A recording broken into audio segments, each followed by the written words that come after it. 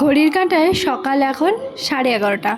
তো এই যে আজকের ব্লগটা একটুখানি অন্য রকম। তো যাই হোক, দুপুরবেলা রান্নাবান্না দিয়েই ব্লগটা তাহলে শুরু করছি। আশা করছি আজকের এই ভিডিওটা দেখতে তোমাদের সবার অনেক ভালো লাগবে। চলো বন্ধুরা, ভিডিওটা তাহলে শুরু করা যাক। আগে বলো তোমরা সবাই কেমন আছো। আশা করছি সবাই ভালো আছো, সুস্থ আছো। আমার নতুন একটা ভিডিওতে তোমাদের সকলকে জানাই অনেক অনেক স্বাগতম। তো যাই হোক, সকালবেলা থেকে যা যা করেছি না করেছি সেগুলো কোনো কিছুই শেয়ার করা হয়নি, আর সেগুলো ভিডিও শ্যুট করার ইচ্ছে হয়নি, মানে ওই কুড়েমি করে রেখে দিয়েছি আর কি। তো যাই হোক, এদিকে দেখো সকালবেলা সমস্ত কাজবাজ করে এখন এসেছি দুপুরবেলায় রান্নাবান্না করতে। তবে হ্যাঁ, ব্লগটা কিন্তু রাত পর্যন্ত কন্টিনিউ হবে। জানোই তো এখন গরমকাল মানে সজনে ডাঁটা আলু দিয়ে মাছ দিয়ে ঝোল।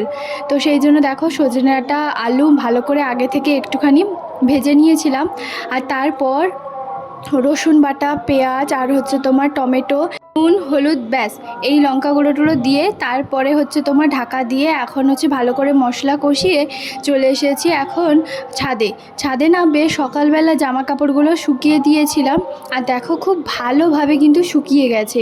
আর যে পরিমাণ রোদ উঠেছে, বিকেল পর্যন্ত যদি জামা কাপড়গুলো রাখি না তাহলে পুরো রং চটে ঢং হয়ে যাবে। জানোই তো এখন তো রোদের তাপও প্রচুর, মনে হচ্ছে যেন ছাদের উপরে দাঁড়ানোই যাচ্ছে না। মনে হয় কখন জামা কাপড়গুলো উঠিয়ে ঘরের মধ্যে যাব। আর এই দরজাটাও না লাগিয়ে দিলাম, এখান থেকে খুব এত হাওয়া আসে, মানে কি আর বলবো। চলো জামা কাপড়গুলো ঘরের মধ্যে রেখে দিলাম, ওইদিকে তরকারিটাও বেশ ঢাকা খুলে এখন আরও কিছুটা নাড়াচাড়া করে এবারে হচ্ছে পাশে দেখো আমি সসপ্যানে না গরম জল করতে বসিয়ে দিয়েছি। তো গরম জলটা এখন হচ্ছে তোমার তরকারির মধ্যে ঢেলে দেবো, আর তারপরেই হচ্ছে তোমার মাছগুলো এক এক করে দিয়ে দেবো। মাছ দিয়ে আলু দিয়ে সজনে ডাঁটা দিয়ে ঝোল কিন্তু আমাদের দুজনেরই ভীষণ প্রিয়। আর তোমাদের কার কার ভালো লাগে অবশ্যই জানিও। আর সজনে ডাঁটা তো খাওয়া ভীষণই ভালো। সজনে ডাঁটা চচ্চড়ি, সজনে ডাঁটা আলু দিয়ে মাছ দিয়ে ঝোল, এর বেশি তো আর কিছু করতেই পারি না। তো এই দুটোর মতনই হচ্ছে তোমার জানি। তবে যাই বলো, আলুতে আর সজনে ডাঁটা মাছ দিয়ে ঝোল, তার স্বাদটাই একটা আলাদা। তো যাই হোক, এদিকে দেখো তরকারিটা হচ্ছে তোমার দিয়ে তারপরে কিছুটা মতন জল ছিল, ওই গরম জলটা কি বলতো একদম হচ্ছে বেসিনের যে মাঝখানে যে মানে জল যাওয়ার যে জায়গাটায় একদম সেখানে দিয়ে দিয়েছি। এতে কি হয়, আমি এদিক সেদিক কখনোই ফেলি না। বেসিনের মধ্যে যদি কিছু খাবার টাবার থাকে না, সেটা খুব ভালোভাবে হচ্ছে তোমার চলে যায়। যখন তোমাদের মনে হবে যে বেসিনে হচ্ছে তোমার জমে গেছে, তখন কিন্তু গরম জল করে যদি একদম ডাইরেক্ট ওই ফুটোটার মধ্যে দিয়ে দাও, তাহলে দেখবে খুব সহজেই জলগুলো চলে যাবে, আর হচ্ছে তোমার একদম বেসিনটাও পরিষ্কার হয়ে যাবে। তো যাই হোক, এদিকে দেখো মাছগুলোও দিয়ে দিয়েছি, আর সজনাটার পরিমাণটা ঠিক কতটা পরিমাণে নিশ্চয়ই দেখতে পাচ্ছ। তো চলো ওইদিকে আরও বাদবাকি রান্নাবান্না করেছি, আর সেগুলো হচ্ছে তোমাদের সঙ্গে শেয়ার করি এখন। আর এই যে দেখো মাছের ঝোলটাও প্রায় হয়ে গেছে। আর এই যে দেখো এদিকে হচ্ছে তোমার করেছি অল্প একটুখানি কলমি শাক ছিল, আগের দিনের কিছুটা বেশি করে রান্না করেছিলাম, আর এখন অল্প একটুখানি ছিল। আর সঙ্গে করেছি এই যে উচ্ছে ভাজা। তবে এই উচ্ছে ভাজাটা তোমাদের দাদাভাইয়ের জন্য, আমি আর খাবো না। আর এই যে সজনে ডাঁটা আলু দিয়ে মাছ দিয়ে ঝোল। চলো খাওয়া দাওয়া করার পর এখন কিন্তু সোজা এসছি মানে রান্নাঘরে। বেশ অনেকটা পরিমাণে সজনে ডাঁটা নিয়ে এসছে, তো সেইগুলো না আমি কিভাবে হচ্ছে তোমার রাখি ফ্রিজ ছাড়াও, সেটাই আজকে তোমাদের সঙ্গে আমি শেয়ার করব। আর ও বলছে এই তয়লাটা নিয়ে তুমি কি করবে, আমি বললাম দেখতে পাবে এক্ষুনি কি করব। তো এটা না তয়লা বা হচ্ছে তোমার গামছাও ব্যবহার করতে পারো। তো আমি গামছা হচ্ছে তোমার কাঁচা ধোয়া করে রেখে দিয়েছিলাম, আর সেগুলো বের করলাম না।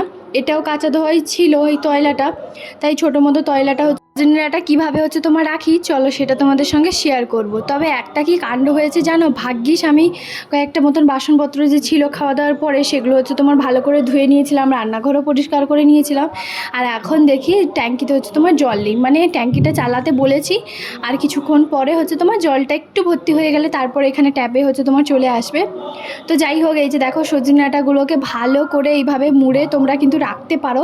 এভাবে 2-3 দিন রাখলে না সজনে ডাঁটা একদম ফ্রেশ থাকে, আর একদম ঠান্ডা এত ভালো থাকে, মানে যেরকম দোকান থেকে নিয়ে এসছো পুরো সেরকমই হচ্ছে তোমার মনে হয়। বাজার থেকে কেনা যেরকম ফ্রেশ একদম টাটকা সজনে ডাঁটা, সেরকমই আমি কিন্তু এইভাবেই হচ্ছে তোমার রাখি। তো চলো, এদিকে ও আবার জিজ্ঞেস করতে এসছে যে পেঁপে হচ্ছে তোমার কাটবো, পুরোটা কাটবো নাকি অর্ধেকটা। হচ্ছে তোমার দুপুরবেলা খাওয়া দাওয়া করার পরে কিছু না কিছু একটা মানে ফল আমার পরের দরকার। আর আমি সকালবেলা থেকে সব কিছু কাজবাজ করি, ও বাজার টাজার করে, আমি রান্না বান্না করি। দুপুরবেলা ফল টল কাটার দায়িত্ব থাকে ওর, তো এর জন্য ও এখন কাটতে গেছে। আর 2-3 বার আমাকে জিজ্ঞেস করছে। এত বড় একটা পেঁপে নিয়ে এসছে, সেই যে নিয়ে এসেছিলো আজকে 4-5 দিন পর, মানে একটু কাঁচা ছিল, ভালো করে পেকে গেছে। তো তারপর হচ্ছে এই যে নিয়ে আসছে, কাটতে কাটতে অল্প একটুখানি নিজে খেয়েও নিয়েছে। তারাও গিয়ে দেখাই দিয়েছে। তো এই যে তারপরে চলে এসেছি রান্নাঘরে, দেখছি আর ও কি করছে। আর আমি হঠাৎ করে যখন আমার চোখে পড়ে, এই যে দেখো ওর প্যান্টের কালারটা আর হচ্ছে পেঁপের কালারটা পুরো সেম। তো সেইটা নিয়ে ওকে একটুখানি মজা করছিলাম আর কি। আর হ্যাঁ, আমার আশেপাশে না মানে কীর্তন, তারপরে হচ্ছে তোমার ভাগবত গীতা এইসব পড়া হচ্ছে, মানে পাশের বাড়ির কয়েকজনের ঘরে। তো একটুখানি অ্যাভয়েড করো, কারণ একটু মাইকের নয়েজটা আসতে পারে। তো যাই হোক, এদিকে দেখো তোমাদের দাদাভাইয়ের একটা জিনিস খেয়াল করেছো, দেখছে যে এই রান্নাঘরটা খুব সুন্দরভাবে পরিষ্কার করা আছে। আমি যেভাবেই হচ্ছে যেমনটাই রাখি সুন্দর করে এক এক করে, ও দেখো বীজগুলো এক এক করে সুন্দর করে ওই ছোট যে ডাস্টবিনে সেগুলো হচ্ছে তোমার ফেলছে। পেঁপেটা কি ভালো খেতে, কি আর বলবো, ভীষণ ভালো। আর এই অর্ধেকটা হচ্ছে তোমার রেখে দেবো, কারণ এতটা তো খাওয়া যায় না। যদিও বা পেঁপেটা খুব লাইট ওয়েট, কিন্তু তবুও ভাত এখন খেলাম তো আর খেতে পারবো না। তো ওকে বললাম অর্ধেকটা রেখে দাও, থাক বিকেলবেলার দিকে আবার হচ্ছে তোমার খেয়ে নেব। তো এই যে দেখো এখন বলছে যে চলো এবার ঘরের মধ্যে নিয়ে যাও। তো চলো এখন হচ্ছে তোমার ঘরের মধ্যে নিয়ে যাই। তো দুজন বসে এখন হচ্ছে তোমার টিভি দেখবো আর হচ্ছে তোমার খাবো। ভীষণ ভালো লাগে জানো। তবে এই পেঁপে আগে আমি কখনো খেতাম না, তারপর হচ্ছে তোমার যেদিন থেকে টেস্ট মানে বুঝেছি বা স্কিনের জন্য ভীষণই ভালো, স্বাস্থ্যের পক্ষে ভীষণই ভালো, সেই দিন থেকে আমি হচ্ছে তোমার খাওয়া শুরু করেছি। মানে ওই যে হয় না, জানতাম না, মনে হতো যে কেমন কি খেতে না খেতে, ওই জন্য আর কি। তো এই যে দেখো দুজন মিলে এখন বসে খাচ্ছি আর হচ্ছে তোমার সঙ্গে টিভি দেখছি। এই সময়টা না বেশ ভালো লাগে দুজনের সময় কাটাতে। তো চলো, আমাদের দাদাভাই ডিউটি থেকে এসে আমাকে বলছে ফুচকাওয়ালা এসছে ফুচকা নিতে। তো আমি এখানে দাঁড়িয়ে আছি, ওপর থেকে একবার হচ্ছে তোমার কি বলতো বলে দিলে তখন রুমের সামনে এসে দাঁড়িয়ে যাই, তারপরে নিচে গিয়ে ফুচকাটা নেব। একটা কথা হচ্ছে তোমাদেরকে বলি, রোজ দিন বিকেলবেলা 5টা বা 5:30 6টার দিকে এরকম সময় হচ্ছে তোমার প্রত্যেক দিন দুটো হচ্ছে তোমার ফুচকাওয়ালা যায়। এই যে ছেলেটাকে দেখতে পাচ্ছ, ওর 2 ভাই কিন্তু ফুচকা বিক্রি করে, তবে আলাদা আলাদা দোকান আছে। তো দুজনই এই সামনে দিয়ে যায়, সেরকম কখনো যেন তো চোখে পড়ে না। মাঝে মধ্যে যদি কারেন্ট না থাকে তাহলে কি বলতো ওই ছাদের উপরে একটুখানি বসলাম, তখনই হচ্ছে তোমার একটুখানি যদি দেখতে পাই তাহলে হচ্ছে তোমার দাঁড় করাই। আর এই যে দেখো নিচে চলে এসেছি এখন ফুচকা আনতে। আর ও গেছিলো যেহেতু ডিউটিতে, তো সেই জন্য কি বলতো ও ওখানে দেখেছে যে ফুচকাওয়ালা আসছে, তুমি নিচে গিয়ে ফুচকাটা নিয়ে নাও, কত টাকার কি নিবে না নিবে। আর জানোই তো মাঝে মধ্যে ফুচকা খেতে ভীষণ ভালো লাগে। তো সেই জন্য দেখো আমি দাঁড় করে দিয়েছি আর ওইদিকে গেলাম না, আর এখানে হচ্ছে তোমার দাঁড়িয়ে আছি। 2 ভাই না খুব সুন্দর ফুচকা বানায়, মানে দুজনের ফুচকার যে টেস্টটা একদম সেম, ভীষণ সুন্দর বানায়।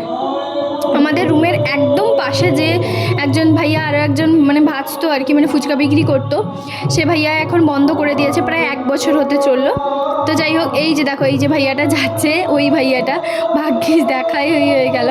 তো যাই হোক, এদিকে দেখো ফুচকা নিয়ে এখন হচ্ছে তোমার সোজা যাচ্ছি ছাদের ওপরে। আর ছাদের ওপরে দুজন মিলে এখন খাবো। আমি ফুচকা নিয়েছি আর তার সঙ্গে নিয়েছি চুরমুর। এখানকার চুরমুরটা মানে এই যে ভাইয়াটা বানায় খুবই সুন্দর, ভালো বানায়। তো সেই জন্য যখনই ফুচকা নেই আমি কিন্তু 10 টাকার মতন চুরমুর নিই, আমার দারুণ লাগে খেতে। আর ফুচকাটা আমি খুব একটা বেশি খেতে পারি না, মানে 20 টাকার ঠিক আছে, এর বেশি নয়। তো এই যে দেখো ওকে বললাম ছাদের উপরে নিয়ে আসবো নাকি হচ্ছে তোমার ঘরের মধ্যে আসো, তখন বলছে ঘরের মধ্যে নিয়ে যাও। তো এই যে দেখো আমি হচ্ছে তোমার 40 টাকার মতন ফুচকা নিয়েছি। ফুচকা দেখে কার কার জিভে জল আসছে আমাকে অবশ্যই কমেন্ট করো। এটা একটা এমন জিনিস না, কারোর জিভে যে জল আসবে না এরকম হতেই পারে না। তো চলো এখন খেয়ে নিই। খাওয়া দাওয়া করার পরে ও গেছিলো একটুখানি মার্কেটে, আর মার্কেট থেকে এই যে দেখো কি নিয়ে এসছে। আমি প্রথম হয়তো ভেবেছিলাম যে ও হয়তো এই মিষ্টির প্যাকেটটা নিয়ে এসছে, তারপরে যখন জানলাম যে না না, আমাদের রুমের নিচে একজন ভাইয়া ছিল, তো ওনার হচ্ছে ট্রান্সফার হয়ে গেছে দুর্গাপুরে।